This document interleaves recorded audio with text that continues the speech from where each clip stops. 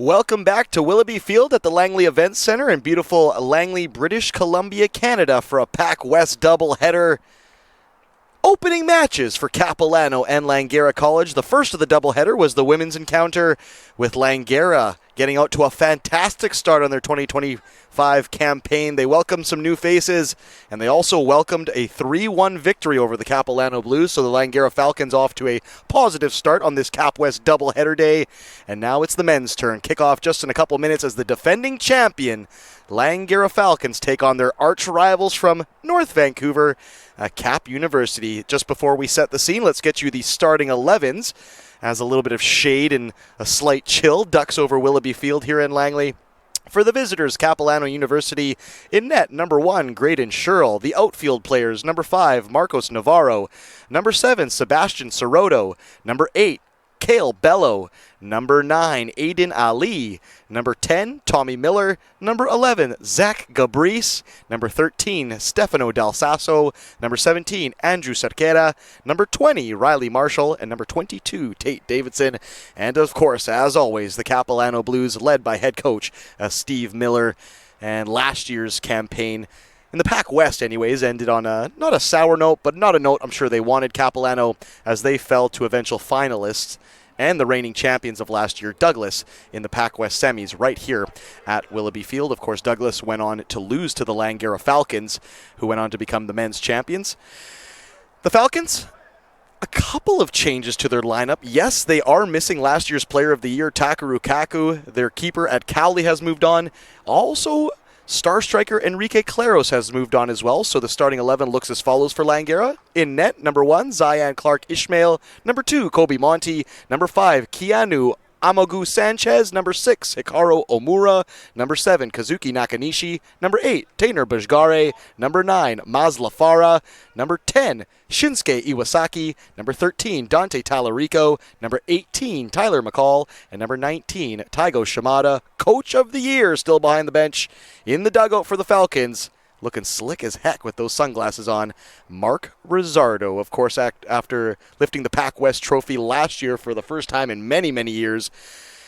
The Falcons didn't fare so well at the Nationals. They lost in the semifinals, but they can still hang their hat on the fact that out west, in the PACWEST, they are the reigning champs, and we are now underway at Willoughby Field here at the Langley Event Center.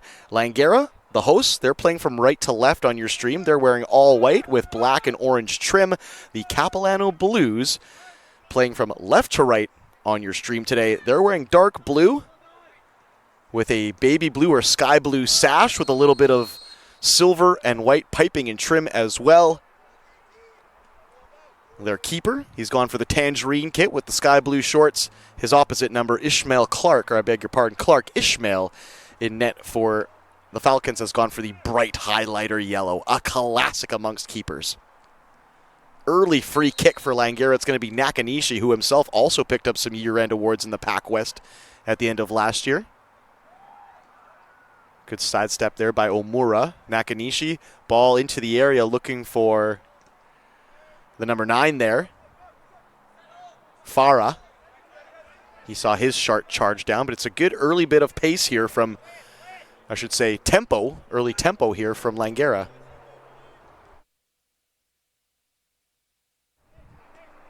Nakanishi, one of the midfielders in the PACWEST that is an absolute pleasure to watch. Very similar to Manat Dillon for the ladies' side. Just such a good manager of space and pivots and turns and control of the ball. A great first touch and a great range of passing as well. He's definitely one to watch, the number 6 Nakanishi. The big question entering this affair was, yes, Mark Rizzardo was without his starting keeper from last year's penalty shootout heroics at Cowley. So he's forced into a bit of a young keeper who did see minutes last season as well, Zion Clark Ishmael. But the big losses were through Takeru Kaku, their player of the year and stalwart center back, as well as their striker who scored a double in the finals last year. Silky as you like, Enrique Claros. I think they'll really miss his services up front. And we'll see how Mark Rizzardo can get his new troops organized here and if they can make another run towards that PACWEST Cup. It's pretty much the status quo for Capilano and Steve Miller's side. He's gone back to a lot of the guys that brought him to the dance in years past. If it ain't broke, don't fix it. And Steve Miller has definitely managed to get the most out of this group of lads for sure. Ping ball now from Nakanishi. Looks like it might find Kobe Monte. It does. A little bit of an awkward bobble through Monte off his stride. He was clipping at the heels there of Cale Bello, but just wasn't able to get it away from the defender in blue.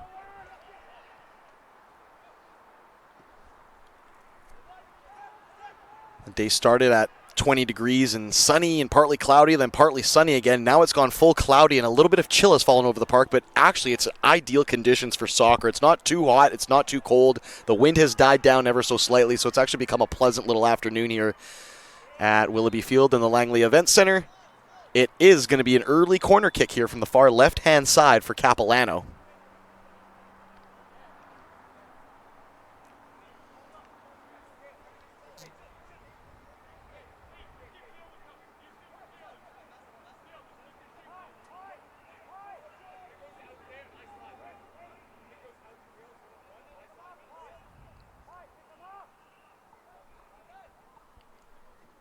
In swinging corner right into the 6-yard box. It's punched clear by Clark Ishmael, but doesn't evade the danger completely. It's a really good play there by Bajgari to force the issue and press the line up ever so slightly. It gives the defense in white for the Falcons just a bit of breathing room there. Good play there by Bajgari, who himself was definitely one of those forward players to watch last year for the Falcons. If it wasn't due to just the amount of injuries and knocks he took, he might have had more goals to his tally, but the 1-2 punch of Bajgari and Enrique Claros last year is definitely one of the reasons that the Falcons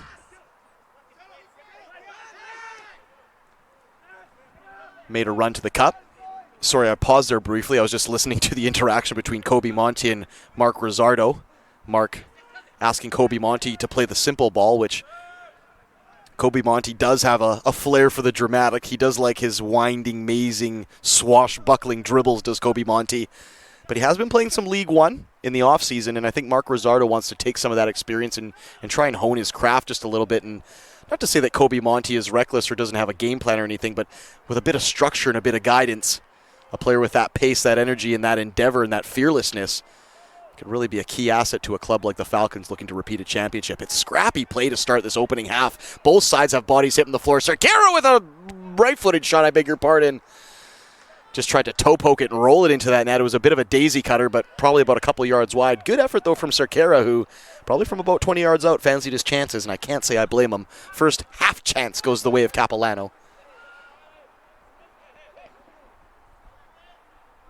Tyler McCall, the number 18 from Langara, just involved in a bit of a tussle in the middle of the park with Riley Marshall, the number 20, who's a strapping lad, one of the bigger lads on his side, 6 foot tall.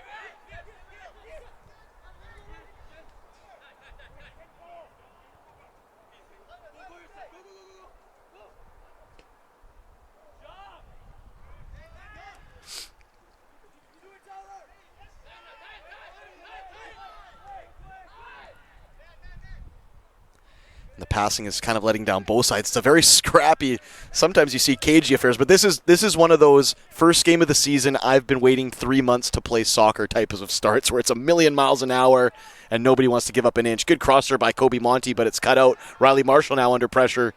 Good quick touch and clearance by Marshall.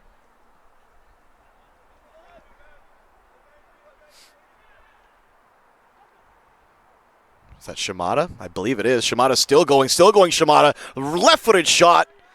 Kind of just scraped it against the ground there, but I talked about Kobe Monte's swashbuckling dribbles. That one was a sight to behold as well from Shimada, who had a couple goals in their campaign last year. I believe he scored in the penalty shootout as well. Another key part of this Japanese core for the Langara squad. So many talented players.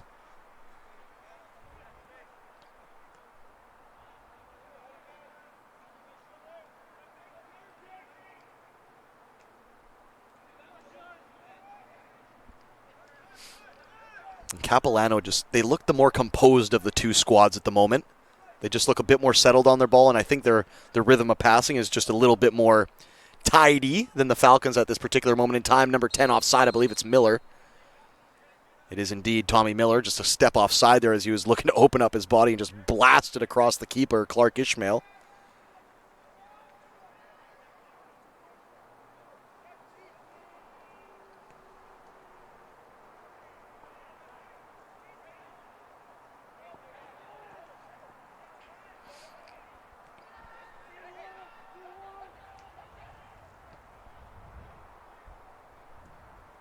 Ooh, there's a good aerial ball win there by Sebastian Sirotto. Can he get it across now? It's a low hard one, and it's a well-timed, I don't know if I can call it a clearance. He kind of just threw out a leg at it, did Nakanishi, and it ricocheted off, but it did the job. Good play there by Sebastian Sirotto, who has changed up his hair since last year. Last year he kind of had the curly mohawk, mullet, lightning blonde kind of do. He's got a little bit more conservative this year. He's gone with his natural color. It looks like the number 7, Sebastian Sirotto. But hey, he looks like the type of guy who could mix it up. So don't be surprised if he comes back with some lightning pink hair or something after a couple encounters here. The pacey winger Sirotto, and he's done damage to the Langara Falcons in the past on this park. I can recall a game, if it wasn't last season, the season before, where he was just an absolute menace on the counterattack, and Langara had no options, or I should say, no real answer for him. Miller will take this right-footed outswinger of a corner near right-hand side. Hit with pace, bite kick attempt. It was Del Sasso who actually had to step out of the way of that, and it was the aforementioned Sirotto who turned himself sideways to try and scissor that one in. My goodness, Sirotto. Calm down, son. It's the first game of the season, but you love to see it, and we know he has it in his locker for sure. Kobe Monty now wins a throw-in for his club.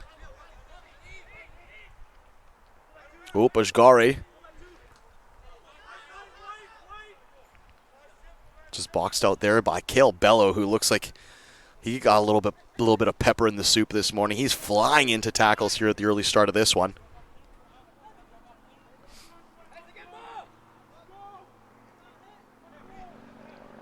A little bit of tussling with the number 9, Maz Lafara. All the way from Edmonton.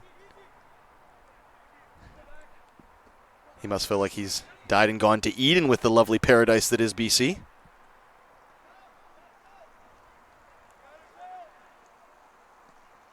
Long floated diagonal ball. There's Farah there. It was a good job by Del Sasso, I believe, though, who just kept him at arm's length, and Farah couldn't really get inside to unleash a shot against the keeper, Graydon Sherrill, who gets one of his first touches of the balls.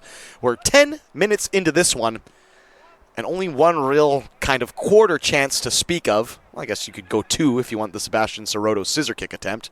But outside of that, it's been a Sakara missed shot that's been all really to speak of so far in this scrappy start to the PACWEST men's campaign for Langara and Capilano.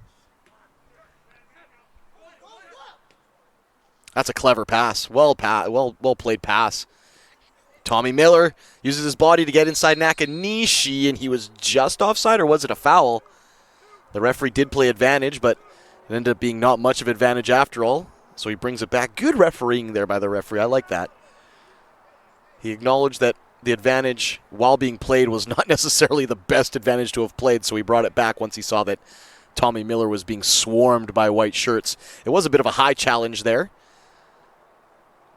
that was adjudged to have clipped Mr. Miller.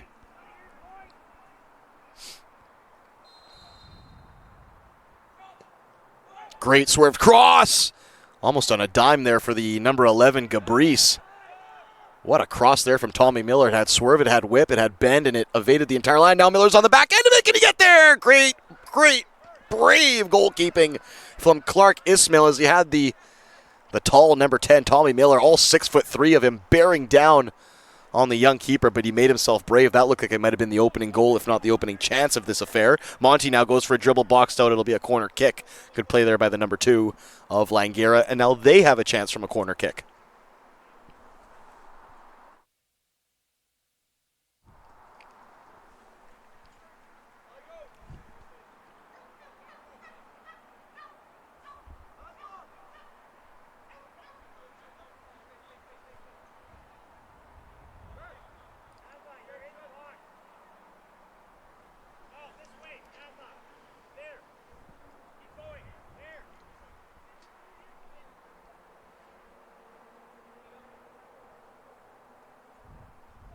Looks like they want to play it short to Kobe Monty, but Nakanishi looks like he might just try and bury this one in the 6-yard box and cause some havoc, and that's what he's going to do. Low and hard. Side-footed away very, very cleanly.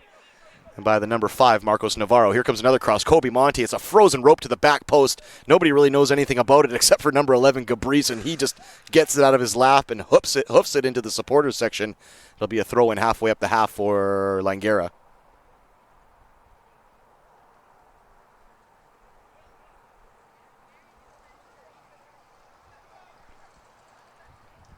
Good brave goalkeeping there by Sherrill.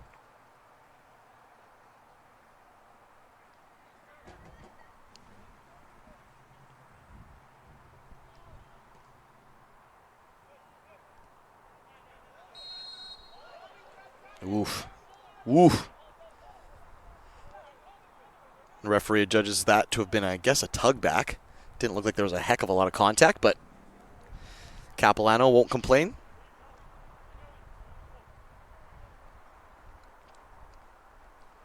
At the moment, Capilano just looked the more organized of the two.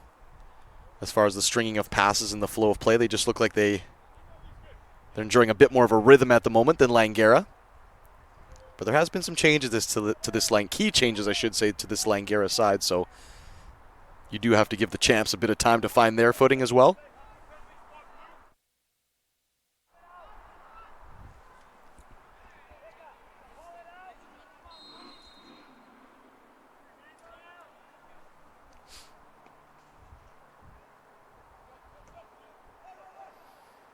A stinger of a ball forward, and again, it's Sebastian Soroto who throws like a judo kick at it. Head height, doesn't make contact again. But every aerial cross that's coming into the box, Soroto is throwing a leg at it, whether it's near him or not, and I applaud the effort, son. Well done. It doesn't come off, but it looks like Capilano are knocking at the door at the moment, and this Langara backline will have to be on their best behavior if they're going to try and keep out the likes of Soroto, Miller, Gabrice, or even Sekera there, who's made himself available on a very clever little run there on the throw-in. It's good defending, though, by I believe it's Nakanishi. Nope, I take it back. It's Iwasaki who's keeping him honest, and it'll be a throw-in if not a corner kick.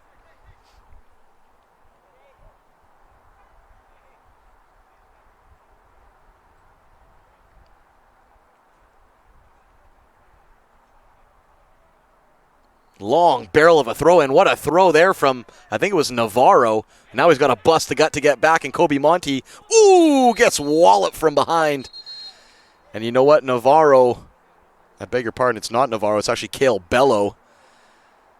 He's lucky not to go in the books there because he more or less threw a hip check on Kobe Monty on a potential counterattack. If Monty was away there, he had a good chance of getting forward and maybe even approaching the 18-yard box. So I think that'll be Cale Bello's one stern talking to in the next time he probably goes in the book. Good refereeing so far. I'm usually very hard on the referees. I've liked the way he's refereed it so far, I have to be honest. Kobe Monty, long diagonal ball, gets up by the corner flag, takes it on a dime. Right-footed cross. It's a floater to the top of the 18-yard box. And it's the number 18, fittingly enough, Tyler McCall, who throws a first-time right-footed lash out at it. Unfortunately, much like Soroto at the other end, swing and a miss, and the chance goes begging. Nakanishi and Tommy Miller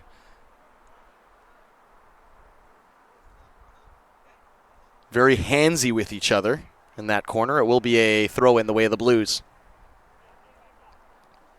I like Cale Bello's endeavor. I like his effort. I don't know if I like those boots. The neon and orange half and half. Rodrigo, cameraman, I think he's nodding with me too. That's a bit too bright. That's a bit too festive.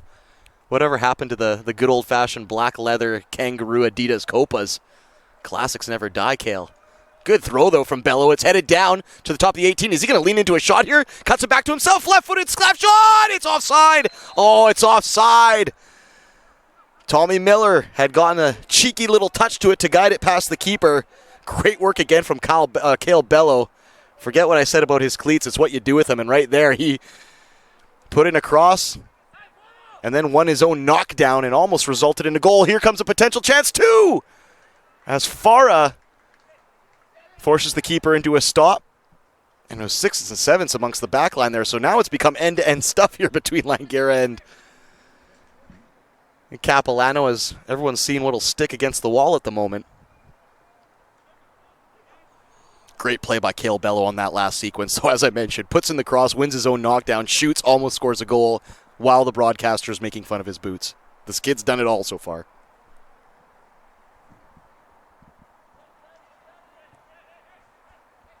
Farah does well to scamper away from one tackle. That's a good switch of play there from McCall. Dante Talarico plays it forward for Kobe. Kobe's on the dribble. He gets around the outside of Bello, cuts it back to the top of the box, side-footed away by Sarkar. Iwasaki tried to lean a tackle into his man there. I beg your pardon, it was actually Nakanishi.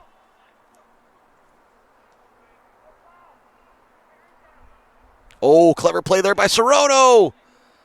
It's good defending, though, by Omura, who stayed with him the entire way. I have to watch myself I don't confuse Omura and Nakanishi. Similar heights, similar hairstyles, number 6 and 7.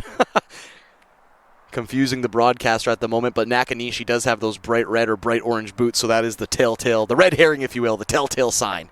And he's at the near post now. It's a cross from Miller. 18-yard box headed straight up in the air. Nakanishi heads it clear, and he'll have to chase it now. A little bit of fortuitous bounce there. Ooh, that's a dicey slide tackle, and that might be into the books. And indeed it is. It's Tommy Miller. He didn't really have to deal out that slide tackle. It was just to block the cross.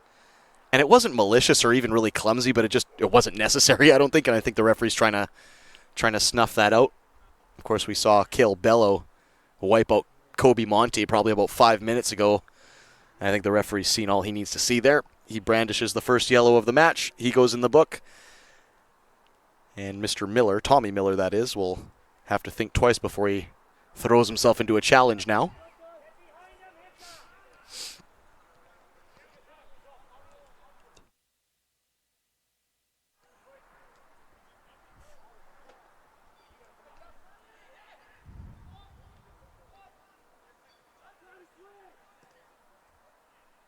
Ping ball from Amagu Sanchez, who played sparing minutes last season as a substitute.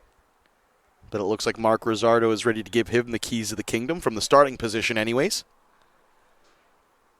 He's in the field here, on the field I should say right now, as a right back. Nakanishi. He had the switch, but he goes for the long, spectacular diagonal ping ball, and it actually finds his target. It's Kobe Monte and Cale Bello now. Into the inside, cuts to the inside now. Monte. Deflection on the pass. He was looking for Farah. Nakanishi now. Left-footed shot, charged down. Great block there. Falls to Monte. It's a good duel so far between Bello and Monte! That's a real chance there. It's a good back post cross from Monte with some zip and some sting, and I think if that's a couple inches lower, Tyler Scud Missile McCall makes contact with that one, and we might be talking about 1-0 Falcons. That's a great sequence of play, and that's a couple. I think if McCall has longer hair, that probably goes in the back of the net. That's how close it was. Fantastic play by the Falcons.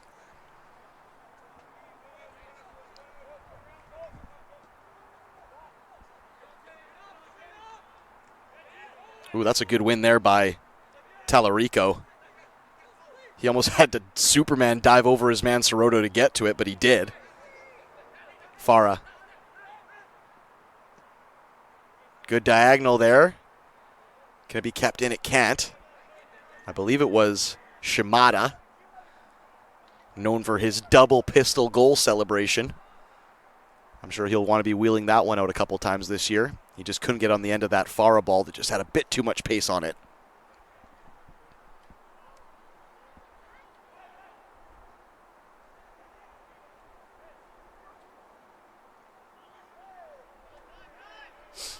Good win there by Gabrice. Ooh, he put Bello in a bit of a spot there with Kobe Monte right in his kitchen. Soroto now gets rolled over. Ooh, I think Cale Bello is lucky the referee's whistle there went because he went for a roundhouse leg sweep on Nakanishi, but he just missed. You get the potential at any time this match could spark off. You really do. These teams have played each other enough times, and the cores of these teams have been together and intact for at least 2 or 3 years now, so it's made for a good little rivalry, not just between these two, but also Douglas College. You can insert them in the mix as well. VIU, yeah, they're on the island, so they're maybe not involved in the lower mainland rivalry as much as those other 3 teams I just mentioned, but they'll stir up some havoc as well. Of course, their women's squad brought home the gold medal last year, so no slouches VIU either. It's a very competitive PACWEST, men's and women's together.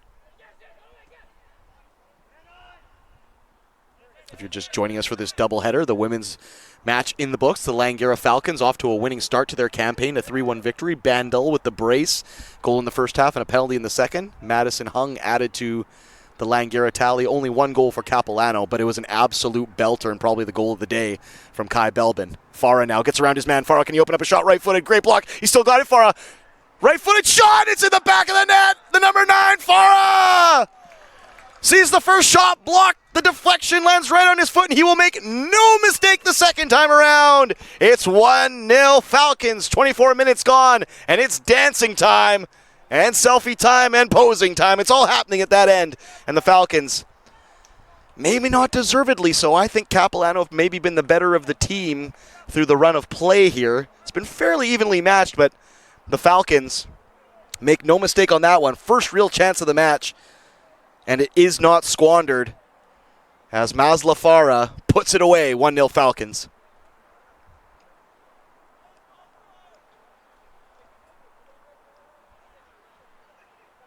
I think we might have 2 minutes of added time after that celebration. They got the camera out. They had the streamers. I'm pretty sure, was that David from Langara in the end section taking photos? And he's a ball boy too, David. Multitasker, just jack of all trades, that David. And he will now have to send a bunch of text to everybody, though, because they're all going to want that photo now. So he's actually made more work for himself, but I'm sure it's the type of work that he enjoys doing. Offside now, number 10, Tommy Miller. It's been end-to-end stuff, though. You know Capilano will have an answer here. Tommy Miller, Soroto, even Cale Bello, Gabrice, they've all been involved here early. It's only a matter of time before they manage to carve out a chance for themselves. It's been fairly evenly weighted so far.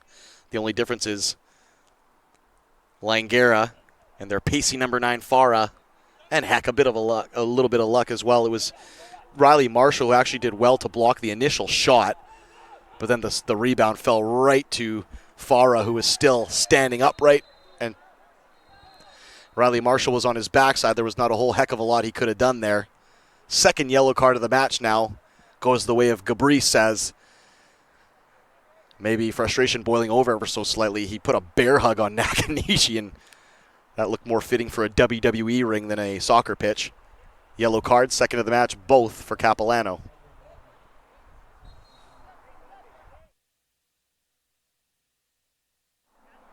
Great ball by Omura, finds the lap of Kobe Monty. He shelters it from Bello and then rolls it, gets past his man. Left-footed ball into the box for Farah. He slips, though. He might get another bobbled bounce shot. Oh, just over the bar. I think that was Iwasaki who hit it first time, and it was always kind of screwing and floating, and it just landed on top of the net.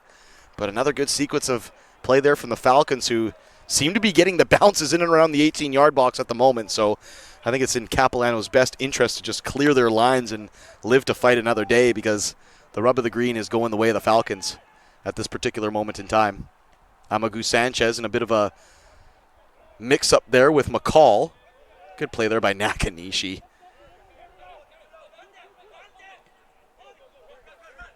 Kobe Monty, first-time ball forward. He finds the onrushing Iwasaki. He tries to sombrero his man, but he can't get it there. It was Navarro he was trying to just loop it over top of. It's side-footed, or I should say blasted out into touch. And it'll be a throw-in the way of the number 13, Talarico, and the Langara Falcons.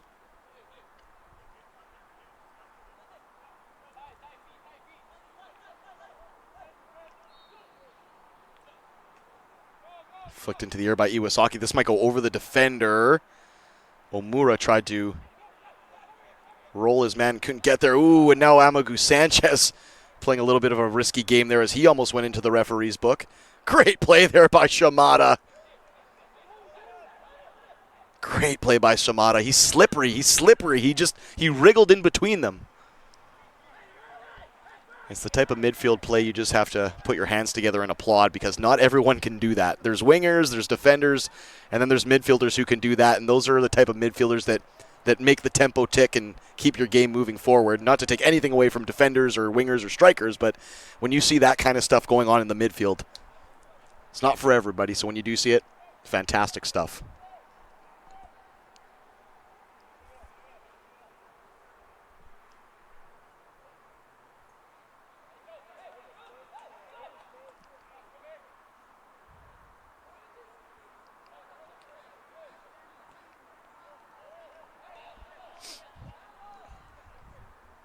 Gabrice tried himself to squeeze in between two white shirts. That time, not so lucky. Bajgari tries to do the same. There's a lot of that going on at the moment. A lot of dribblers on this team.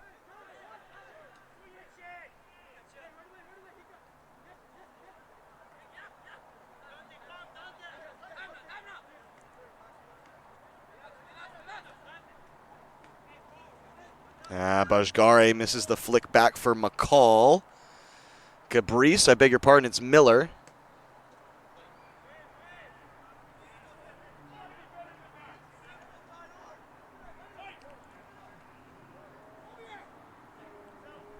Ball win there by Bello. It's been a fun little duel to watch between Monty and Bello.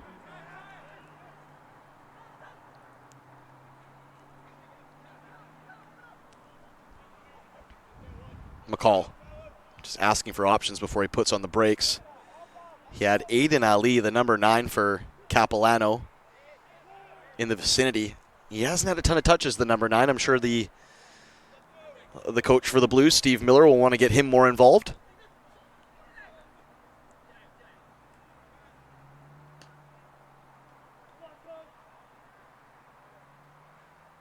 Long diagonal, hopeful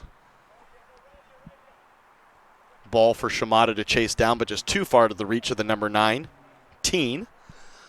30 minutes just about in the books here, a full 30 anyways, and Langara Falcons have the only real chance of the game, and it amounted to a goal off the foot of the number 9, Mazla Farah, their new striker from Edmonton, replacing the talismanic Enrique Claros. McCall. I gotta say, I like the play of McCall. He gets dispossessed there, but he's a strapping lad, and he's not afraid to get into a tackle. And he looks like just a bit of grit and a little bit of aggressiveness they need in the middle of the park. They have some silky players, but not really robust players. And I think McCall just compliments them ever so slightly. Ali now. First time I've called his name. And he gets the ball back. A little bit of a sloppy back pass that was sloppily returned, but for him it bounced fortuitously. Ball over the top looking for Tommy Miller. Gabrice tried to help it on the head. No go. Iwasaki now. Bajgare loops a ball around the outside, trying to look for Farah, who tried to himself just get on the outside of Riley Marshall and maybe poke the ball back into play, but I think Marshall has him beat Farah anyways for size and kind of range. That would have been a tough ask for Farah. He would have had to have grown leaps and bounds in about 2 seconds. Great through ball there for Bello. Kobe Monty, though. Look at him making the backtracking run. Wins the ball back tidily. Ooh, a bit of a spot here for the center back. Tidy play out of the back, though. I have to say that. There's times where I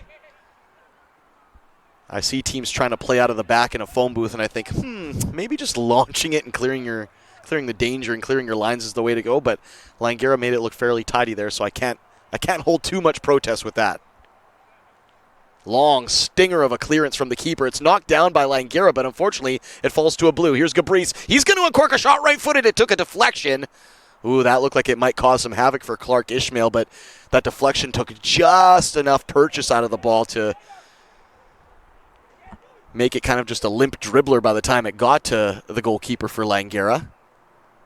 Looked like it might wrong foot him and send him the wrong way at first.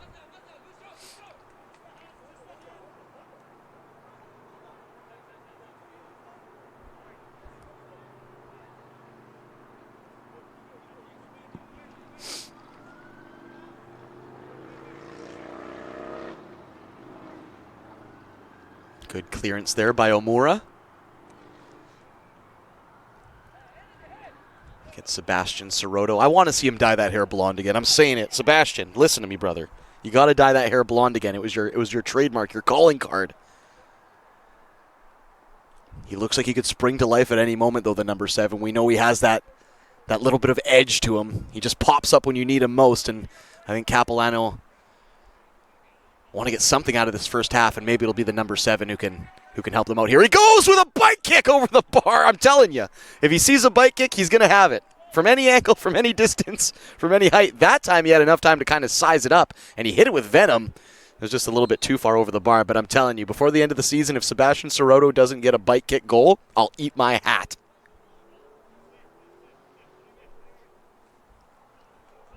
If anybody would like to donate a hat to eat, I'm in the market for a new lid.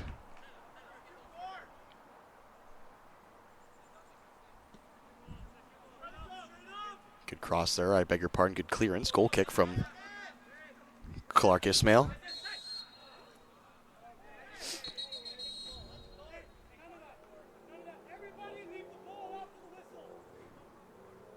And the referee just laying down the law there, not wanting to see the ball get kicked away after fouls. He's just saying once the play is whistled down, just leave the ball, everybody. So you know the next person that kicks a ball away, now that verbal warning has been given, is going in the book. So that being said, though, I've liked this referee. He's no nonsense, but he's called it right down the middle, and it hasn't been soft. It hasn't been prison rules. I think he's found a nice balance. So, like I said, I don't usually highlight the referees, but I think this gentleman has gotten it spot on today. Just over 10 minutes to go here. I can't imagine a ton of added time. It's a long, raking diagonal from Riley Marshall. It hangs in the air for what seemed like forever. Falls back to Sirotto, who his first touch kind of hopped up on him. Sirotto, you could tell he just wanted a clean touch so he could spank a shot on net. Unfortunately, the ball just didn't behave. Ooh, that was offside, and I think the number 22 there, it was Tate Davidson, who hasn't had a ton of touches up that left-hand touch line.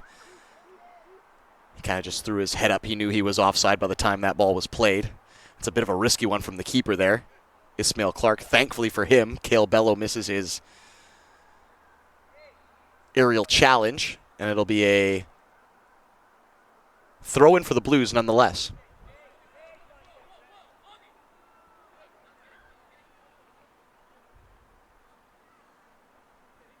Good throw again from Bello.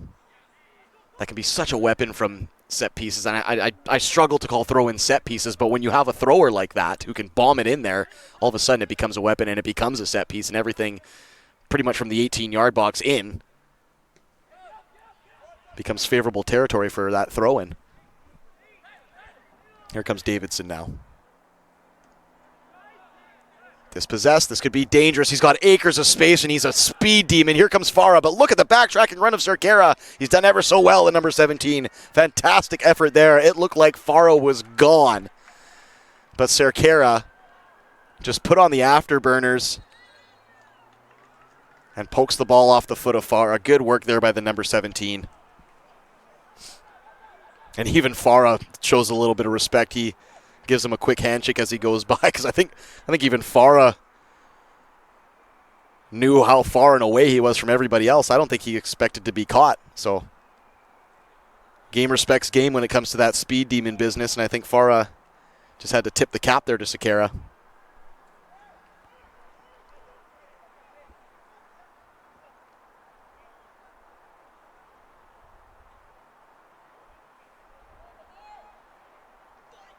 Oof, that's a coming together of bodies. Bajgare, and I think it was Tate Davidson, and Davidson was just holding his noggin ever so slightly, so hopefully nothing too serious there. It looks like he's okay. He'll just rub it off.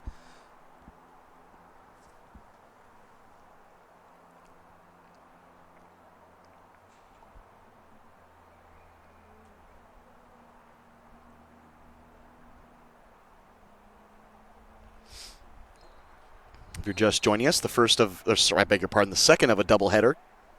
Capilano and Langara, the ladies' Falcons, taking the first encounter of the day at noon, 3-1. Ooh, brave keeping there by Sherrill, who isn't the tallest keeper there, but he presented himself very big and was able to just pick that ball out of the air. Very well done there by the orange-clad keeper for Cap. Of course, both of these teams will do the doubleheader again tomorrow, including the women, this time in North Vancouver at Caps Park. Douglas and VIU women also in action this weekend. They played today. And they will play again tomorrow. As a matter of fact, you can check out the results at PACWESTBC.ca. Farah still back in the area. He's got Del Sasso on him, though. Omura now. Ooh, that could have been a close for a penalty. Shot now from Iwasaki over the bar. He opened up his left foot and his body and just tried to guide that one into the top corner, but just had a little bit too much lift on it, and it carries over the net. As mentioned, PACWESTBC.ca for all your results. Just trying to effort this Douglas VIU game at the moment that happened earlier today so we can bring you up to date on the women's scores.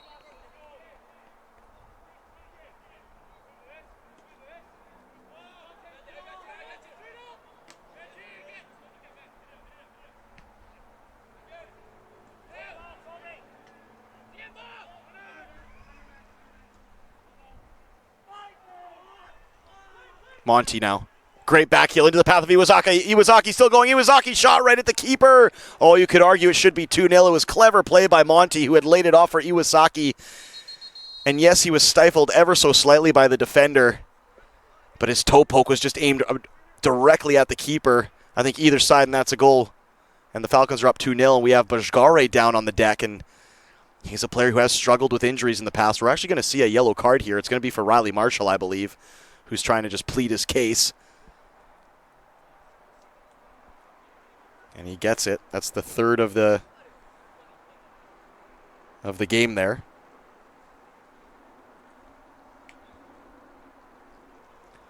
VIU and Douglas, their men's game, in action right now.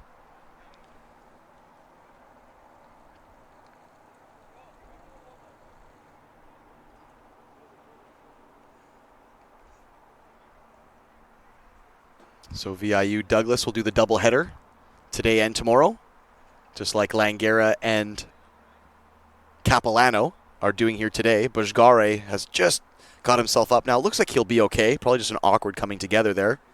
I just missed it behind the play. It was the Kobe Monty layoff for Iwasaki that had my eye. And we'll see if Bajgare can continue here. Of course, they do have, for attacking options, they have Hunter Hedges. Owen Holscher has played in a more advanced role before. Same with Luca Cafaro. They also have Rodriguez Zagara, who is more of a midfielder, but can be counted on for offensive contributions.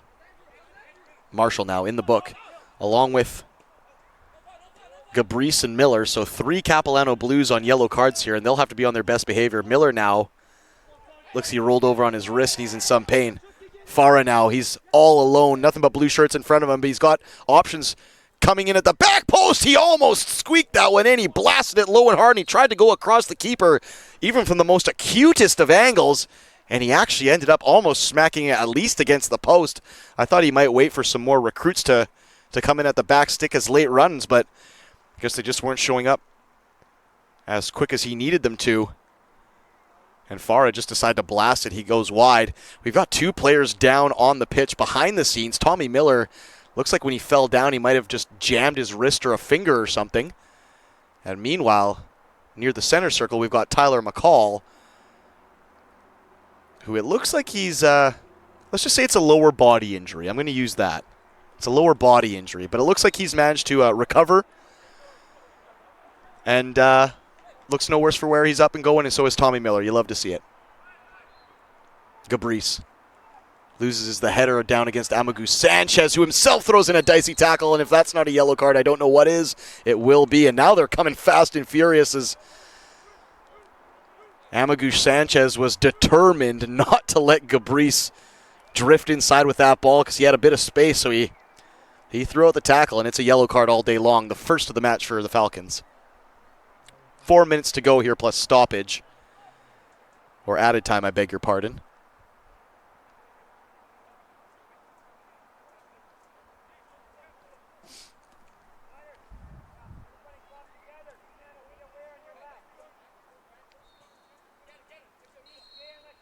It'll be Miller. Might float it into the back post. He does. Riley Marshall's queued up. It's headed straight up in the air by Nakanishi. Another bike kick attempt by Soroto. That's his 4th of the match if you're keeping total. And unfortunately for the young number 7, he hasn't hit the target yet again. Kyle Bello has a shot. That one knuckles and gives up a juicy rebound. But thankfully for the young keeper, Clark Ishmael, Gabrice was just a couple yards off the pacer. That might have been a tap-in on the rebound.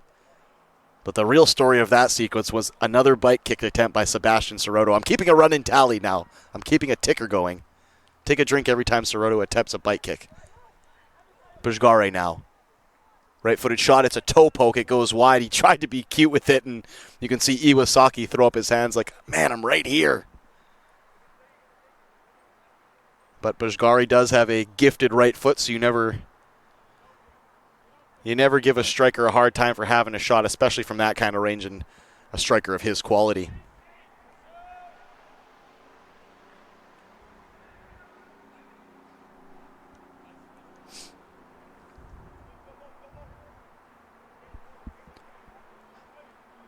Willoughby Field is the host park of this PACWEST doubleheader between Cap and Langara, the home pitch for Langara, right beside the Langley Event Center of Vancouver Giants and WHL fame, and of course the home of the Vancouver Bandits, the local basketball club. Vancouver FC also ply their trade on this pitch as well in the CPL. And of course a plethora of other sporting courts and venues in this park or facility. Beach volleyball, I'm pretty sure there's a skate park. They've got a water park, got lots of picnic areas, plenty of soccer fields, probably a field hockey field out there too. Basketball courts, lots going on here at the LEC, so definitely a hub for sport in this neck of the woods for Langley. Kobe Monty takes a bit of an awkward touch and then does it again. It was a double knee touch, but he managed to carry it forward. I just know if I would have tried that, that would have flown off into section ZZ, but Kobe Monty has a good handle on the ball there. Tried to get it around Bello, comes off his chest. Last-ditch desperate defending by Bello, but it pays off, and now here's a real chance for Ali as he's carrying up the middle of the park. He's got 2 or 3 or 4 white shirts on him, and he just lost control of the ball there. He had Tommy Miller and Gabrice begging for it, and Sirotto as the late runner, but Ali looked like he had made up his mind from the beginning of that run. Maslafara pressing the issue there. Woo! Del Sasso looked like he's more willing to invite a tackle than he is to actually play the ball, and even Farah was a bit incredulous there to Del Sasso's invitation for some physical play.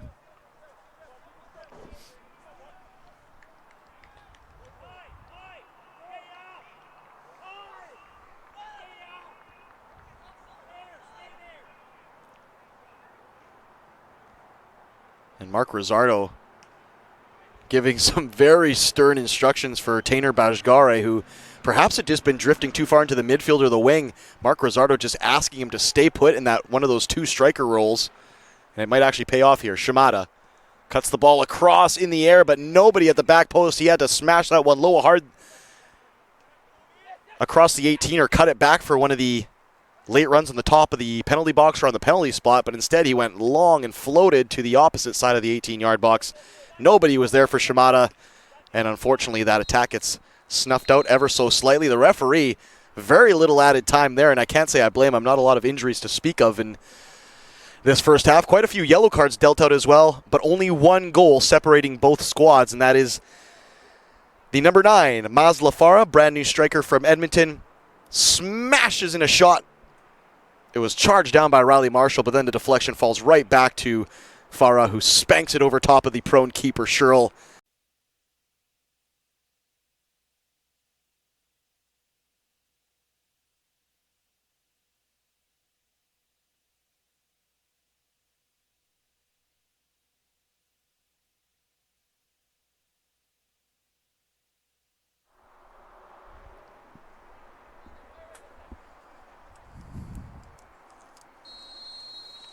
We're back underway here at Willoughby Field at the Langley Event Center for a PACWEST doubleheader between Langara and Capilano to kick off the season. 1-0 Langara after the first 45, thanks to a goal from their newcomer, Maslafara, the number 9. No real chances to speak of for Capilano. Of course, earlier in the day, the Langara ladies took care of business against Capilano, 3-1. And both sets of squads will play again tomorrow in another doubleheader, this time in North Vancouver at Capilano's house. Langara wearing their all-white trim with a little bit of black and orange lettering, piping, trim. Capilano playing right to left on your stream. They're wearing dark blue with a sky blue sash with a little bit of silver and white piping in trim. Langara playing from left to right. Couple substitutions to speak of at halftime. Mark Rosardo bringing 2 fresh players onto the field. The number 23, Mr. Reliable, and one of my favorite players to watch, David Rodriguez-Zagara, number 23. And they've also brought in number 28, Hunter Hedges, up top as well. Just trying to scan the park here and see if I can notice any substitutions for Capilano. It looks like they've brought up number 14, Josh Esmaili Ranjbar. And it looks like that's the only substitution I think they made. They might have brought on number 19, Eric Town. It looks like they have at center back. And they've also brought on Ben Ellsworth. So 3 substitutions for Capilano and 2 for Langara. Early free kick chance here from this near right channel. It's Omura standing over this one.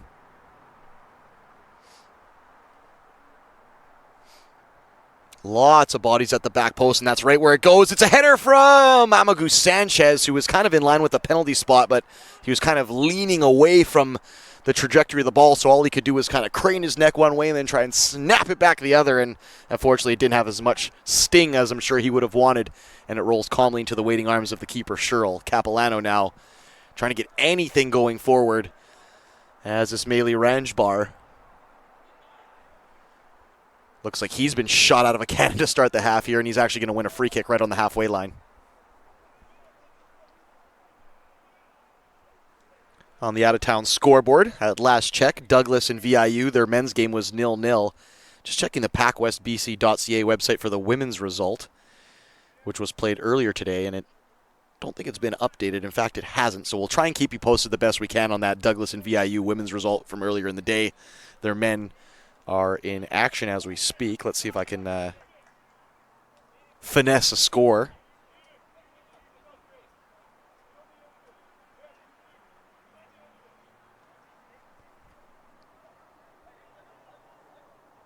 Yeah, still 0-0 between VIU and Douglas in the men's encounter. 30 minutes in, I believe.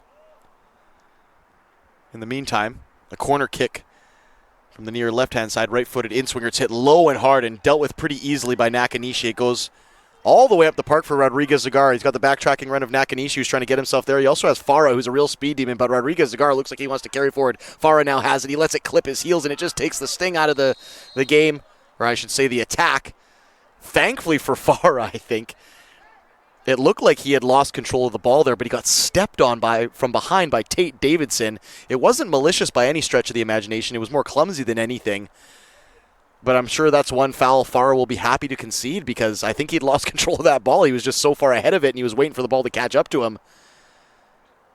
Tate Davidson wins a free kick for the Langara Falcons, you could say, in that instance.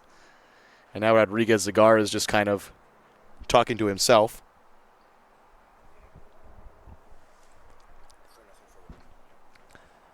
We've got an update from the crack staff here at Willoughby Park. It was a 4-0 result for VIU over Douglas, that's a big statement because Douglas are not a pushover. Their women's squad is very good. Isabel Dobbin might be the best women's striker in the Pac-West. And if they can't that's a real chance. If they can't trouble VIU for more than 4-0, that could be a tough season for Douglas. Isabel Dobbin might have moved on since. I haven't looked at their roster, but that's a big statement win. 4-0 for VIU in the women's encounter. The men's encounter right now in about the 30th minute. You can watch it on YouTube as well. Don't leave this broadcast to go watch it, but you can watch it on YouTube. They're 0-0 in the 30th minute. Back to business here at Willoughby Park, though, as Langara are knocking on the door looking for a second one, helped on there by Hunter Hedges. And Farah just tried to get in front of his man, Eric Town. No go, I beg your pardon. It was actually Riley Marshall. Good endeavor there by the Langara Falcons.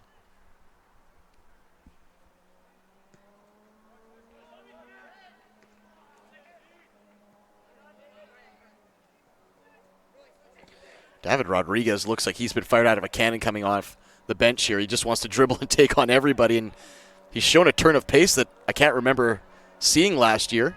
Not necessarily known for his pace, David Rodriguez-Zagara, more for his good core strength, his control of the ball, his managing of space, and his excellent passing range. But he's charging forward in this second half and really creating problems for Capilano. Kobe Monty has the ball on a string at the moment. Farah now gets it. Great touch. Right-footed shot. It's in the back of the net. What a fantastic goal there. Kobe Monty puts on a show on that left touchline. But what a first touch to control it for Farah. And now he gets a second selfie. This one with a little bit more of a professional camera. Fantastic play from the number 9. He gets a double for his new club. But once again, tip of the cap to Kobe Monty for the feints, the shimmies, the shakes, the shivers, and the shake and bakes, because he created that one. But take nothing away from that first touch from Farah. I don't know if it took a deflection after he unleashed the shot, but that first touch to set himself up for the shot was perfect. Number 9, take a bow, sir. And now the Capilano Blues have a very uphill climb.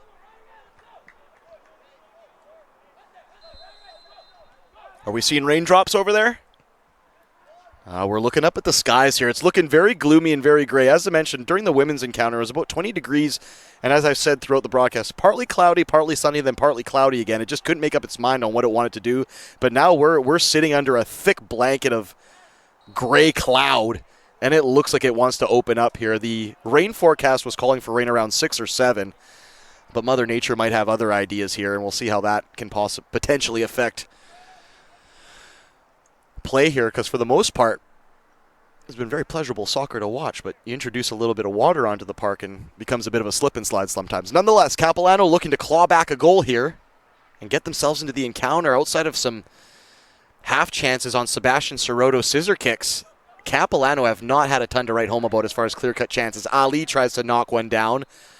It carries all the way back to their own halfway line. Hunter Hedges will keep them honest. It's a good roll there by Gabrice, but unfortunately for him, he had Shimada providing cover. And now Shimada is going to welcome every single blue shirt as he takes it to the corner flag in the 54th minute. I'm not sure that's what the doctor ordered, but now Shimada's got himself in a bit of trouble now.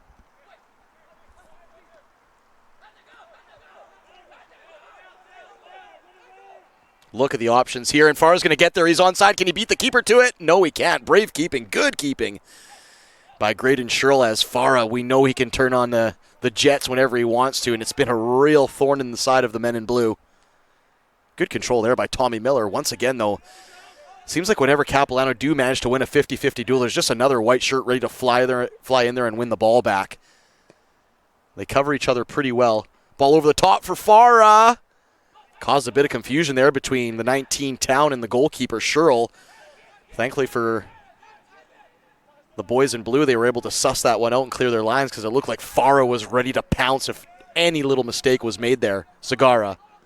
Left-footed pass into the feet of Farah. Back for Zagara. Left-footed shot! What a goal! Farah and Zagara work a fantastic 1-2. And it wasn't the hardest shot in the world, but it was along the deck, it was tight, and it just nestled inside that left post. Might have even taken a lick of paint off the post with it. Into the back corner of the net. And this is all Falcons at the moment, with the potential for this to get very ugly if Capilano don't pull their britches up here. And you heard Steve Miller, the coach, bellowing to his team, follow your runners. That 1-2 just looked far too easy for Farah and Zagara to work around the blue shirts on the back line, and at the moment they just have no answers for Farah, Zagara, Monty, and I'll even throw Nakanishi and Shimada in the mix there as well.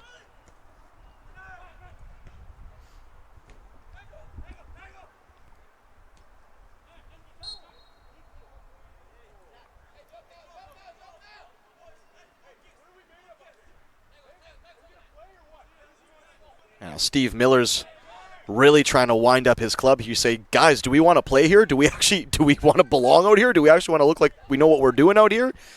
I think he's trying to take a little dig at the pride of these Capilano players, because this is a club who they're always in the mix when it comes to playoffs, when it comes to nationals. They've won championships before. Steve Miller knows what it takes, and this is very uncharacteristic of this Capilano squad. Even if they're off their pace and their flow and their passing, they're usually at least lethal on the counterattack and can provide some type of offensive flair or something to really stifle the opponent. At the moment, they just don't have any answers for Langara. Gabrice now takes a stern whack. I think that was Hunter Hedges who got the better of him, and Gabrice picks himself up. It looks like he'll be okay.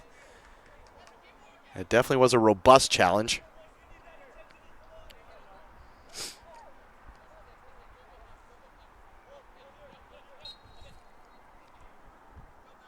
Riley Marshall, left-footed floated aerial ball into the right channel. He's trying to find Tommy Miller. It's kept in, though. Looks like it'll be a corner kick. Clever play there by, I think it was the substitute, Ishmaeli Ranjbar. It was. Just played it off the shins of Nakanishi and was able to win his club a corner kick. And you feel time's ticking now with a 3-goal deficit. If Capilano don't get one in the next couple of minutes, it'll either have to be a miracle or maybe their time has just run out. Floated ball right into the 6-yard box. It was a brave punch by Clark Ishmael, where if he doesn't get that spot on, that could fly into the back of his net, right into the 6-yard box with heaps of legs. He needed to be immaculate with that touch. I know I'm kind of exaggerating a bit, but he was. He did the business there.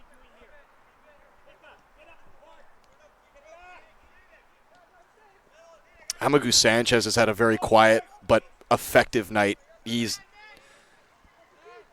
been right there to make the tackles when he needs to. His range of passing has been decent. He's provided good cover, and he just looks calm on the ball. It doesn't look like anything really ruffles his feathers, Amagu Sanchez. He's had a nice, quiet night at the office, and I mean that in a good way. Omura. Ooh, risky pass there by McCall, or to McCall, but McCall did ever so well to slide tackle, win it forward, or that might have been danger. Hunter Hedges, good job. He's got the number 22, Tate Davidson, all over him. He's forced him all the way back. Good play by Davidson. Capilano have a chance to work their lineup. Hunter Hedges is in the duel of a lifetime now with Tate Davidson. And it's actually going to go the way of Capilano. Beg your pardon, Langara.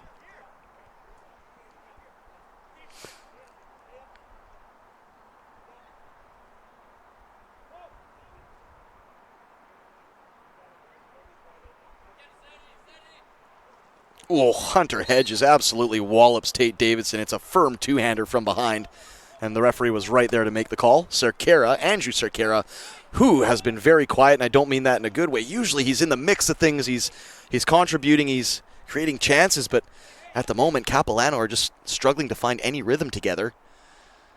This is usually the type of game that Andrew Cerquera would flourish in. But we know, much like the Sebastian Sorotos and the Tommy Millers, they can spring to life at a moment's notice, so don't ever count them out. This Capilano Blues squad is quite resilient.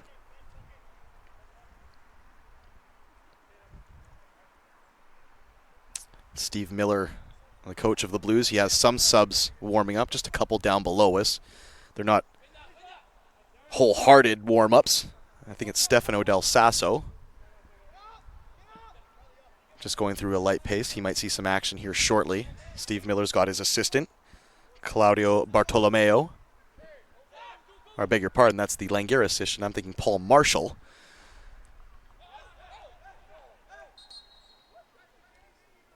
Ooh, and that's unfortunate that ball goes out, because Ali had found himself wide open at that back post, and that cross was going to get there. Back to my earlier statement, Paul Marshall working with Steve Miller just down below us to try and conjure up something, where it's tactically or personnel, to try and open this game up, because at the moment Capilano are just they're finding it tough to get in and around the 18-yard box of Langara. Everything is kind of stopping at that front line, and if they do manage to get it nearby the corner flags or something like that, Langara have done ever so well to just swarm and keep it ugly to the point where they're just winning corner kicks, and they've defended them well, so you have to tip the cap to the Langara defenders, but you know they're not out of the woods just yet. Still a half hour to go here, and if one goes in the back of the net for Capilano, it's all to play for again. Clip ball forward from Talarico, I believe it was. Lee finally comes away with the ball now, takes turns. He has got a bit of space. Not a ton of room, though, for Aiden Adams, who's come on as a sub.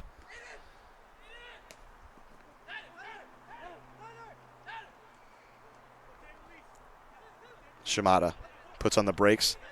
Great bit of change of pace and a good little pivot, very much like Nakanishi. Double substitution coming up here for Capilano. It looks like Sebastian Sirotto will be one of the two coming on, and he'll be joined by Rinto Sugiyama from Maple Ridge. Yeah, it looks like we're going to have a triple sub. It's going to be Campbell Grimston coming on as well. So Grimston, Sirotto, and Sugiyama to come on here for Capilano. Fresh legs, tactical. We'll see what they can do to get something going here for Capilano. I don't think they've had a proper chance on net.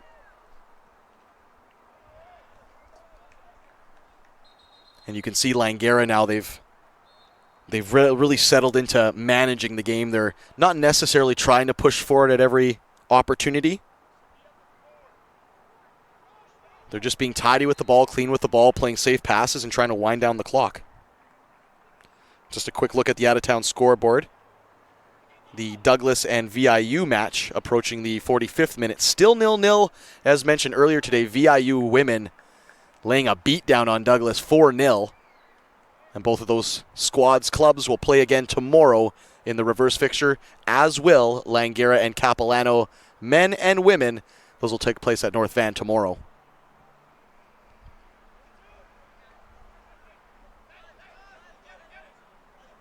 Shimada. He's got Gabrice on him like a cheap suit, but manages to wriggle away. Zagara, great pass forward. If he can get it to its target, Hunter Hedges. He's still onside Hedges. Bowls over his man, though it's unfortunate. As it looked like Shimada had dragged himself offside, but Hunter Hedges, who's now getting a bit of a stern talking to for the referee because he's been a bit like a bull in a china shop in his substitute minutes in the second half as Hunter Hedges. He's taking no prisoners. And I think the referee is just trying to calm him down and be like, listen, son, let's go home in one piece here today. Cerquera, bit of an awkward sombrero, but it finds its target. Amagu Sanchez sclaffs his clearance, and it falls to Gabrice.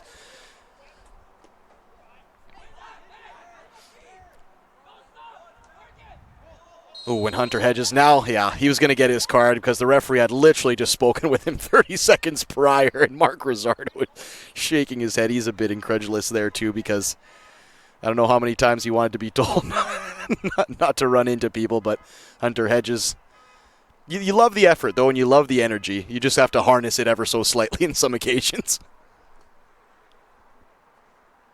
I'd rather a robust forward that goes into a tackle than a forward who shies away from the physicality. So not necessarily any demerits there for Hunter Hedges. He just has to pick his moments, that's all. And I'm sure Mark Rizzardo will sit him down and have that chat with him after the match, regardless of the result.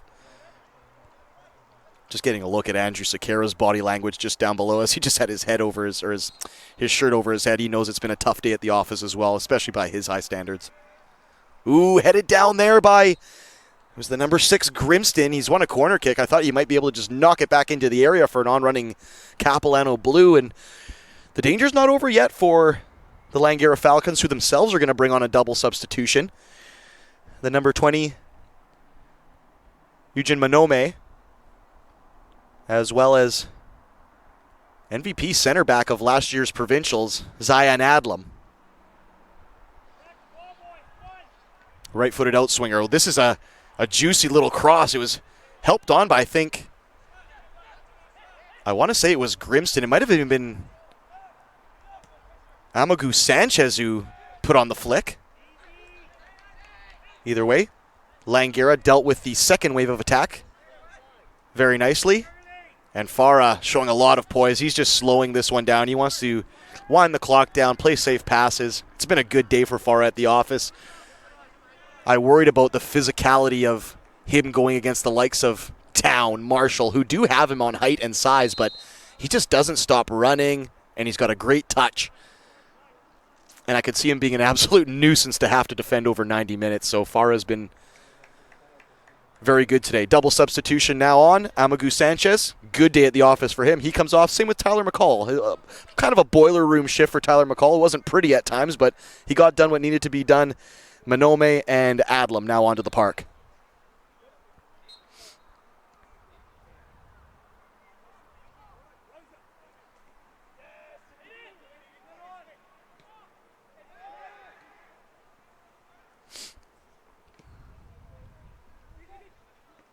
Good win there by Adlam, and that is one of his strong traits. Is Adlam, he doesn't lose a lot of aerial duels. He really doesn't.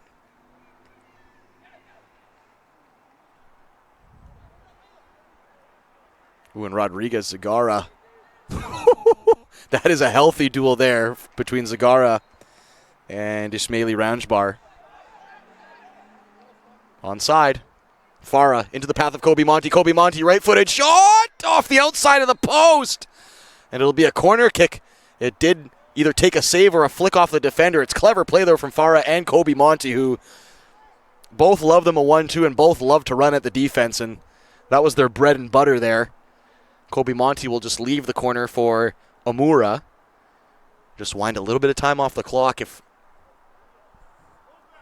dare I say, Langara were to make this 4-0. Ooh, that one hit hard at the near post, and it comes off of Ali's chest. They'll go back out for another corner. If it goes 4-0, you'd have to say that's probably the final nail in the coffin for Capilano. I don't think anyone's turned over a 4-0 result in the PACWEST in quite some time if it's ever happened. Maybe that'll be one for our statistician crew to look up. He's on it. Look, he's clicking the mouse. I see him doing it. Maybe we'll have that answer. We'll find out if anyone's turned over a 4-0 result in play here in the PACWEST. Here comes the corner kick, right-footed in-swinger. At the near post, a heap of bodies there. It flies right up in the air. Adlam's the closest to it. He feeds it back to Monty. Good play there by Monty, but the execution just let him down. Ali for Sirotto. Sirotto waiting for options. Instead, he's going to take it and turn it himself, but he just got boxed out too much there, Sirotto. He wound himself right into a sea of white shirts. Here comes Shimada now, forward for Farah. Shamara gets clobbered by Sirotto just outside the 18-yard box, probably 20 yards out. And it's a dangerous spot for a bit of free kick service here, as Sirotto now is just lobbying his case to the referee. I actually didn't see the drag back on Shimada. I think Sirotto is arguing that by the time he had dragged back Shimada, the play was well advanced and well ahead and had been snuffed out for quite some time. So I think he was wondering if it was a long advantage or just the foul got whistled back. Either way, I understand where Sirotto's coming from. I just don't know that the referee would agree with him in that particular instance, that is.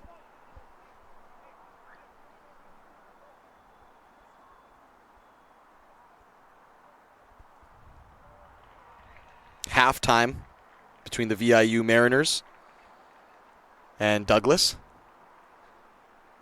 In the men's game, VIU women taking care of business 4-0.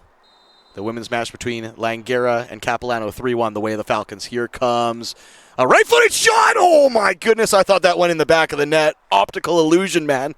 I thought that flew in, and I was going to be like, okay, we saw the goal of the season from Belbin on the women's side for Cap earlier in the day, but that might have been the men's goal of the season early in this one if Amura had managed to bulge the twine on that one. That was very well hit. He got it up and over the wall. It still had pace. It was just a couple inches wide. My goodness, what a rip there. Double substitution coming up, one per squad. It looks like Zach Gabrice is going to come back on for Capilano. In the meantime, Owen Holscher looks like he's queued up for Langara and Mark Rizzardo's squad.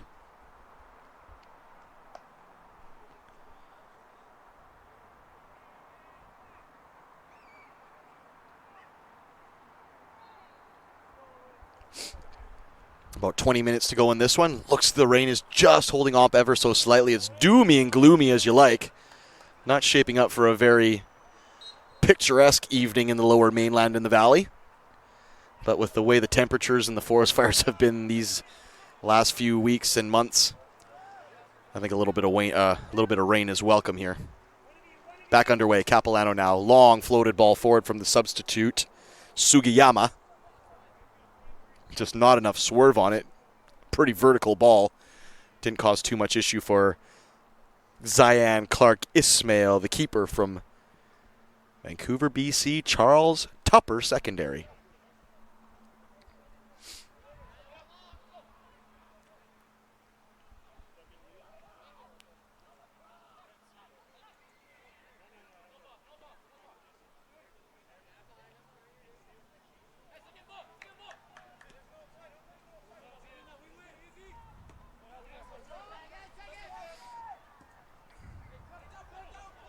Wow, the sea just parted there for Miller to take that ball down. Nobody wanted to lay a glove on him. And Hunter Hedges is getting his last warning right now. He knows it too. If I'm Mark Rizzardo, I might effort to take him off the park right now because he's clobbered 3 guys. He's gone in the yellow card book, and he's still dealing out tackles despite the referee telling him, please don't make me do this. So Mark Rizzardo might want to give Hunter Hedges his own proactive marching orders, so to speak, here. Yeah, and I think Claudio Bartolomeo just issuing some instructions to Hunter Hedges there. One, to just keep his head. I don't think it would affect the result, but I don't think the Langara Falcons necessarily with a game tomorrow feel like defending with 10 men. That would be a big strain on the legs in a game that they have comfortably under control right now. And I don't think it would affect the result, but who knows, it might wane on the legs and the spirits for tomorrow's encounters and maybe just put a little bit of a sour taste on what has pretty much been, outside of some yellow cards, a fairly composed performance from the Langara Falcons, very similar to the women earlier today. It's been a good day for the club in white and orange. Bit of risky business there by Clark Ismail, but he gets away with it.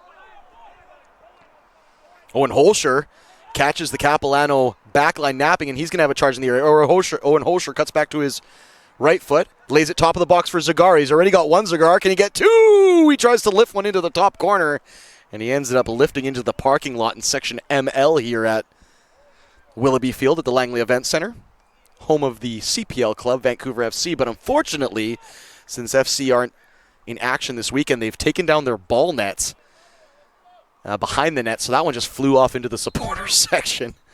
Thankfully, there was no one in that particular seat, or Rodriguez Zagara might have to buy somebody a box of chocolates. And a wry smile on the face of Hunter Hedges, who knows he's probably still lucky to be on the park, and I'm sure he'll have a little chat with Mark and tell him just to calm down in some of those moments. But you can't fault Hunter Hedges for the enthusiasm. You certainly can't. Adlam in a sea of blue shirts loses the aerial duel. Thankfully for him, it was Nakanishi or Moore who helped clean up the pieces. Now Shimada's going for a bit of a swashbuckling run. He needs to dish this to Kobe Monty. He does. Good pass too. Bit of too much steam on it, and Monty had a tough time wrangling it. Capilano, they're struggling to string together any passes for a good chunk of this game. I'm struggling to think of a real chance that they had. They had that one floated ball to the back post that I think could have been a header for Ali, but it was adjudged to have been a foul or offside, so it wouldn't have counted anyways. That's probably been their closest they've gotten. Sebastian Soroto had about a half a dozen scissor kick attempts inside the penalty box, and he hit him with venom and he hit him with pace, and it looked spectacular, and I'm sure it made a great still photo, but unfortunately he just couldn't keep his efforts on target. Bajgare was the man who came on for Hunter Hedges there, the number 8. He had just taken a few knocks in that first half, but obviously not too beat up, not to continue and see out this encounter. We're also going to get to see Pedro de Azevedo Lopez from Burnaby. He's making his way into this one shortly for Mark Rizzardo's club. He's a center back, 6'2", too.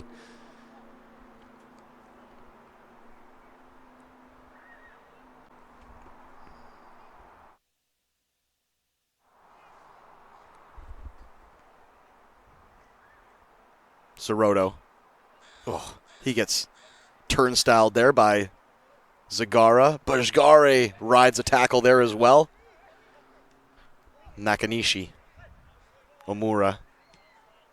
Long floated diagonal. I think he's expecting Shimada to get to that one, but Owen Holster's actually going to put his body through it and get there. Good cross all the way across the area! Oh, it's the substitute, the number 20 Manome, who was just late to the party there and couldn't really get any real purchase. It's a fantastic ping ball by Omoru, and an even better kind of forcing of the play by Holster. That looked like that was a lost cause, but he just ran onto it, put his chest through it, and then hit an inch-perfect pass low and hard across the area. He had the keeper scrambling, Sherrill.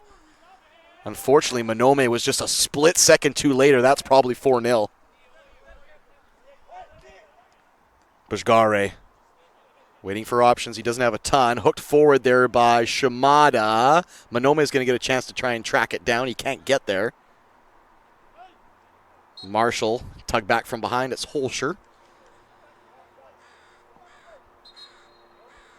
Substitution now coming, De Azevedo Lopez. Pedro, his first name.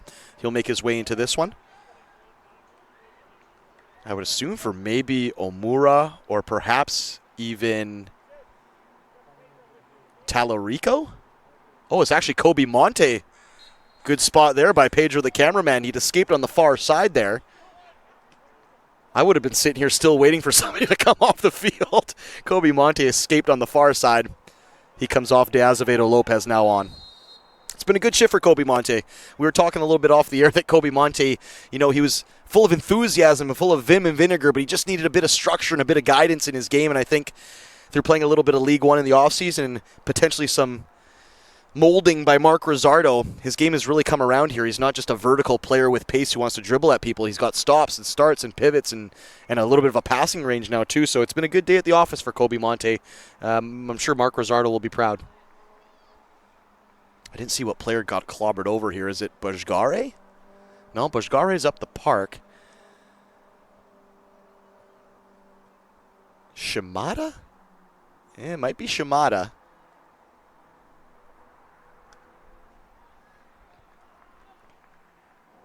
We'll have a quick look at the out-of-town scoreboard.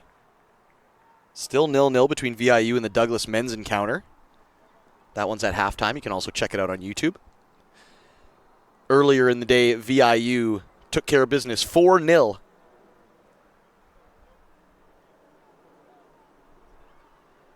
Over Douglas. At Willoughby Field here, Langara were 3-1 victors over Capilano. Bandel with a brace. Madison Hung with an insurance marker as well. It was Kai Belbin who had the consolation marker for Capilano, but what a goal it was. If you get a chance to see that one, definitely check out that right-footed shot. The technique on that blast from that young lady was something to behold, so definitely check out that goal. And then this one, it looks like Langara will probably see out a victory here if we're judging off the opening 78 minutes or so, but this is definitely not something you like. It was Shimada who I believe is down. He's getting up on his own strength. And it looks like it's the left foot that's giving him a bit of trouble.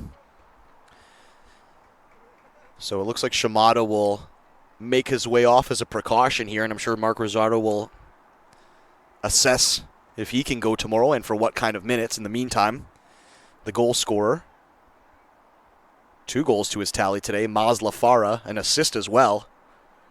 He's going to come back on. And I'm sure Capilano are not wanting to see that because Farah has been nightmare material for them all day long.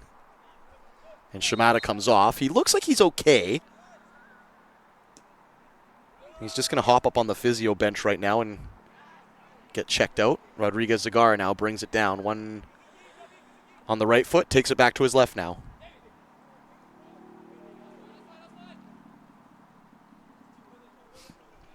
Ten minutes to go, probably plus an added 2 for some stoppage. Double substitution coming up here for Capilano. Number 13, Stefano Del Sasso entering the fray, as well as number 8, Cale Bello.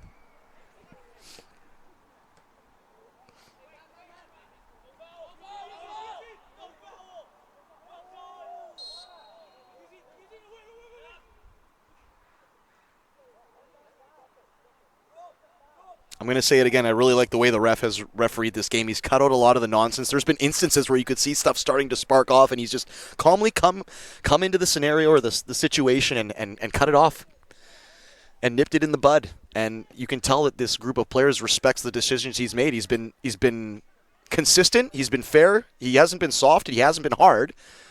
It's been a perfect balance, and I think he's gotten every situation right. Maybe he's dealt out the odd too many yellow cards, but I think they were done with the right mindset, and I think this referee's had a really good game here today.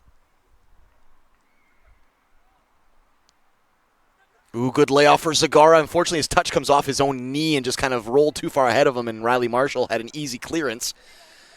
And Zagara, he's really made a case for a starting position tomorrow because ever since he's come on, He's kept them moving. He really has kept them moving. He's got a goal to his tally as well. Here comes the triple substitution. Are we going to have a... Oh, no, that's an active player. Triple substitution or double substitution, I beg your pardon, now happening. Del Sasso and Cale Bello onto the park.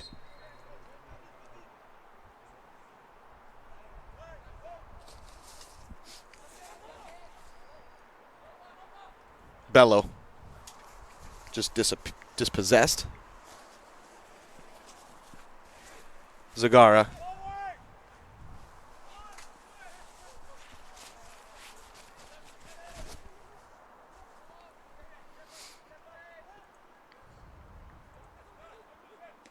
Good win there by Del Sasso into the path of his number 16, Sugiyama.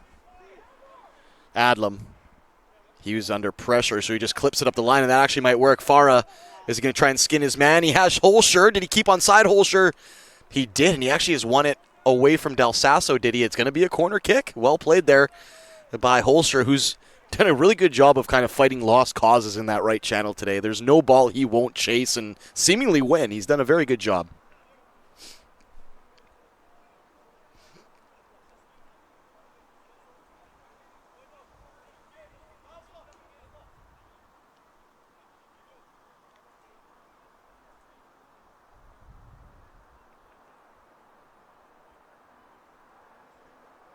You just wonder how Capilano respond tomorrow when they meet this same Langara Falcons squad in North Vancouver. You would expect a response after an underwhelming performance like this. They haven't found any rhythm here today, and it hasn't been for lack of effort. You never fault the effort, but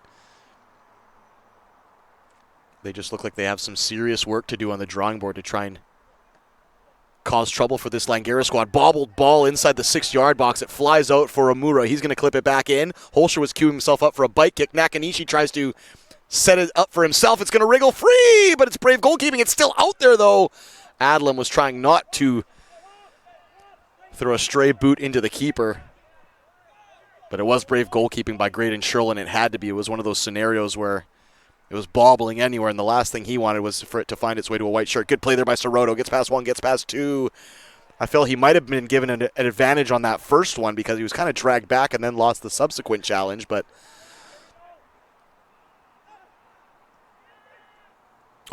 silky from Rodriguez Zagara. He just put it too far over the top of himself. You could see what he was trying to do, though. He keeps it alive, though. Back for Bujgara. He thought about teeing up his shot. Back for Zagara. He thought about putting in a cross to Zagara. Now he's going to just throw it in reverse and try and get himself a little bit more space. Good play there. Good ball management there by Bajguri and Zagara. It would have been very easy to just throw a Hail Mary into the penalty box. But they're wanting to keep the ball and see this one out professionally, and that was very tidily done. Adlam now. For Holscher, he's got Adlam on the back track. Infield for Farah in the penalty box. Farah skipping away from 1, 2, cuts back to his left foot, rolls it into the path of Manome. It was snuffed out there. Good defending there by Ben Ellsworth. Bujgare. Still going Bujgare. Spreads it wide right. Tons of time for Adlam, but unfortunately he was just carrying away from the flight of the ball, and it goes behind him, Adlam. Good switch of play there by, I believe it was Bujgare again. Possibly even Manome. Good play. 5 minutes to go in this one, plus can't manage a ton of stoppage.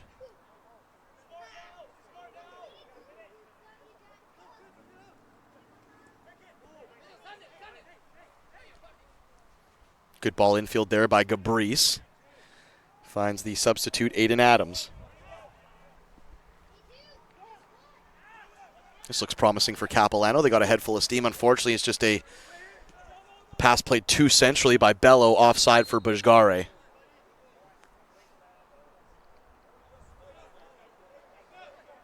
Of course, Tainer Bujgare from Iran. One of the many international players that Langara boast. Piero Delgado from Peru, Rodriguez Zagara from Peru, Iwasaki from Japan, Omura from Japan, Nakanishi from Japan, and Bujgare from Iran. And of course they did have Takeru Kaku last year, also Japanese as well. So it's a good mix of local talent as well as some international.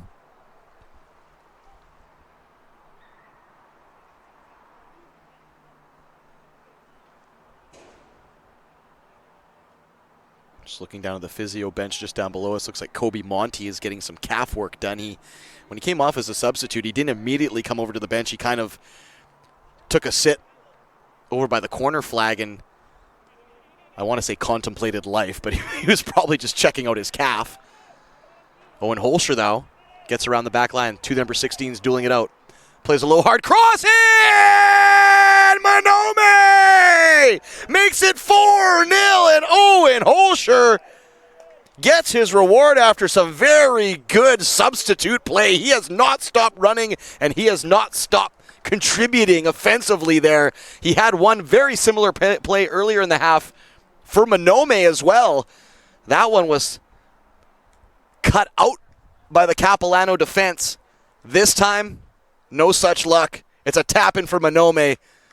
But once again, credit to Holscher for some very, very, very good build-up play. 4-0 Langara.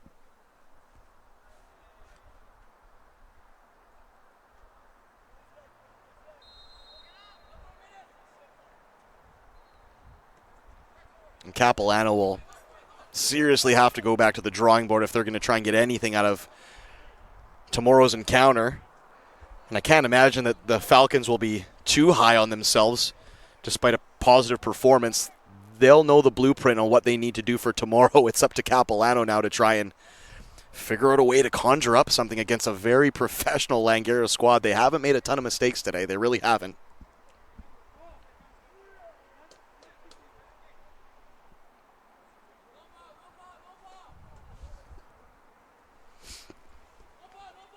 Two minutes plus stoppage. Clever.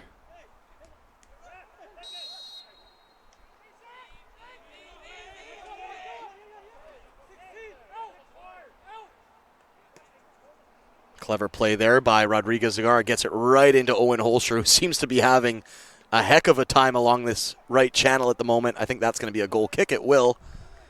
And time ticking down. And perhaps just a consolation marker. I think if Capilano can go ahead and at least get a goal maybe in this last five or stoppage time minutes, it gives them something to kind of build on for tomorrow, even if it's just one little tidy spell of play that is a little bit of positivity to go out on, something for them to hang their hat on going into tomorrow's doubleheader. Floated ball in the air. Adlam was kind of backtracking. All he can do is poke it forward on his forehead. It'll go out for a throw-in. Sebastian Sirotto over to take.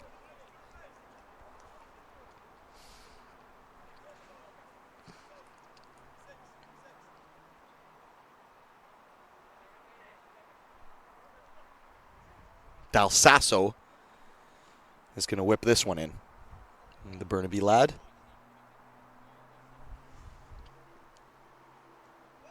That one was pinged in. Sirotto was the closest to it.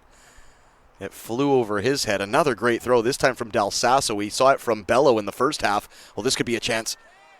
Once again, good goalkeeping, though. It was Gabrice who looked like he might just latch onto the end of that one. But Clark Ismail hasn't had a ton to do as far as shot stopping today. But he's had to chase down a couple half balls and snuff out some attacks. So what he has had to do, it's been tidy. Good play there. The substitute now, De Azevedo Lopez, in control. He spreads it to Adlam.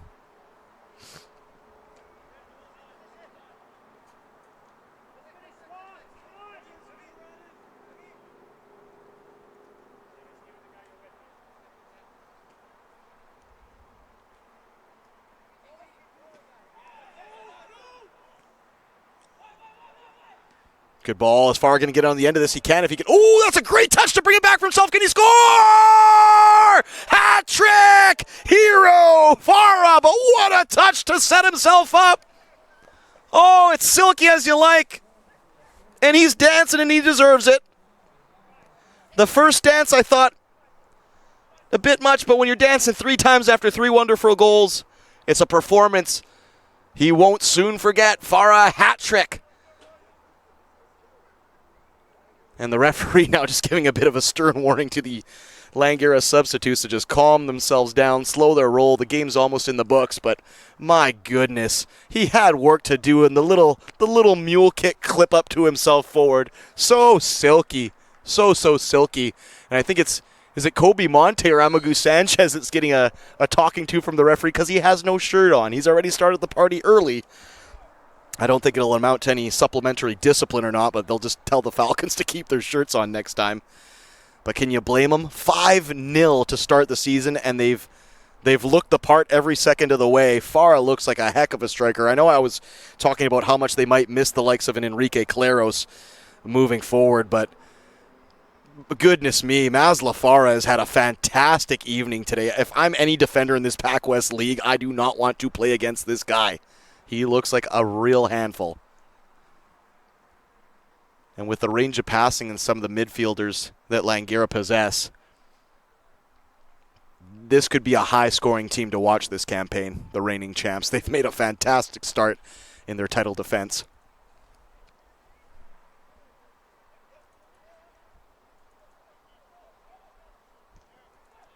Floated cross into the area, punched clear. Can Capilano get a late goal here? It's Omura who comes away with it. He tried to spread it for Rodriguez Zagara. Sounds like there will be a couple minutes of added time, so the referee's going to try and let Capilano get something out of this.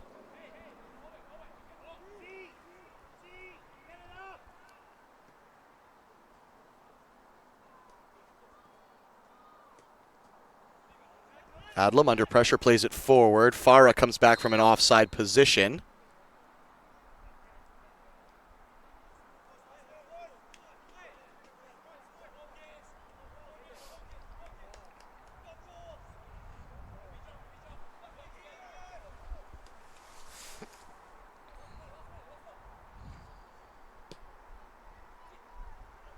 Good diagonal ball. Unfortunately, it's one down by De Azevedo Lopez, who's a bit of a skyscraper. There was no chance that was getting over his head. Owen Holscher does just enough to keep the ball alive, or does he? It doesn't look like he can keep it in, but the referee's going to have a look at the watch here, so time is ticking down here on a possible consolation marker for Capilano, but it's been a thorough performance here today from the Falcons, both men and women. I'm sure the program will be pumped for what 2025 has in store here, if this is any indication.